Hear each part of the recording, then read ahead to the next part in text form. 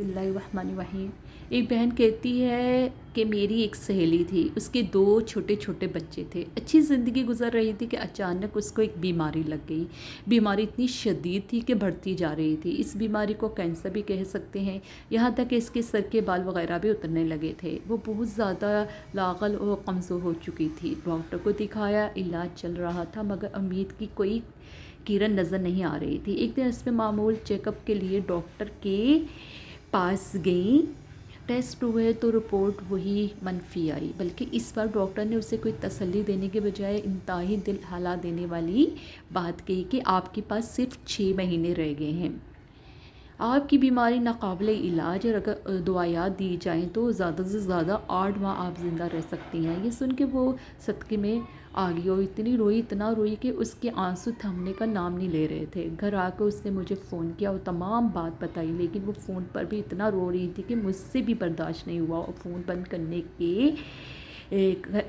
करने के बाद मुझसे भी बर्दाश्त नहीं हुआ और फ़ोन बंद करने के बाद मैं सीधा उसके घर पहुंच गई। वो मुंतकिल अपने मासूम बच्चों को देख देख कर रो रही थी। मैंने उसे बहुत तसल्ली दी। फिर रोते हुए उसने मुझसे पूछा कि कभी तुम पर कोई मुश्किल वक्त आया हो तो तुमने क्या किया। मैंने उससे फ़ौरन कहा कि तुम दुरूद शरीफ पढ़ो। उससे मेरी बात सुनी हो, मगर वो चाहती थी कि फ़ौरन से कोई मुआवज़ा हो जाए तो मैं बिल्कुल ठीक हो जाऊँ। मैं उससे यही कह रही थी कि तुम दुरूद शरीफ भेजो नबी पाक सल्लल्लाहु अलैहि वसल्लम पर, देखना तुम बिल्कुल ठीक हो जाओगी। उसने मेरी बात पर अमल करना शुरू कर दिया और रोज़ जितना हो सके दुरूद शरीफ भेजती।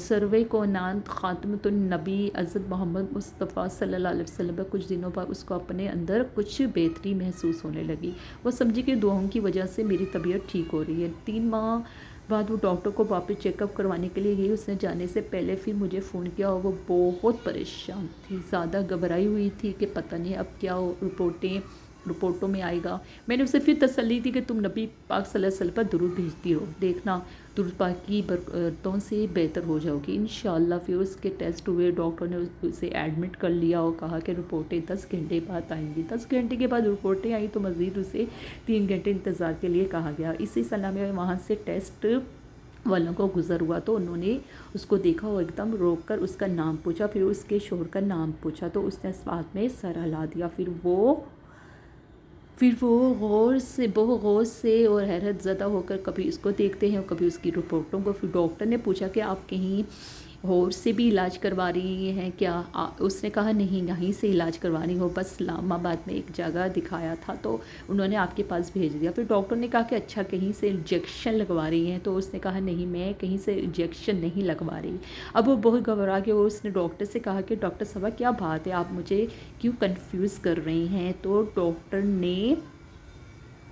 डॉक्टर ने कहा कि मैं आपकी पुरानी रिपोर्टें देख रहा था तो जिस पर आपको 6 से 8 माह तक का टाइम दिया हुआ था और इस पर आप के दस्तखत भी थे। उसने कहा जी मुझे मालूम है। फिर डॉक्टर ने कहा कि अब मैं आपकी नई रिपोर्टें देख रहा हूँ जिसमें हर चीज़ परफेक्ट आ रही है, यानी कि इस बीमारी का कोई वजूद ही नहीं है आप में। वो कहती है कि मैंने इस वक्त कुछ नहीं देखा कि मैं डॉक्टर के पास बैठी हूँ या हॉस्पिटल में हूँ। मैं इसी वक्त कुर्सी से उठी और वहीं ज़मीन पर सजदे में घिर गई और इतना रोई और मैं इतना रोई कि जब वो रो रो के मेरे आंसू थम के तो मुझे तसल्ली देकर सबने उठाला। फिर मैंने डॉक्टर को बताया कि डॉक्टर साहब मुझे मेरी दोस्त ने कहा था कि तुम दुरूद शरीफ पढ़ो, तो मैं रात को सोने से पहले 300 बार नबी पाक हज़रत मोहम्मद मुस्तफ़ा सल्लल्लाहु अलैहि वसल्लम पर दुरूद भेज कर सोती थी और ये सब दुरूद की बरकतों से मुझे इस जानलेवा बीमारी से शिफा मिली है। अब वो अल्हम्दुलिल्लाह मुकम्मल सेहतयाब है, उसे कोई तकलीफ़ नहीं।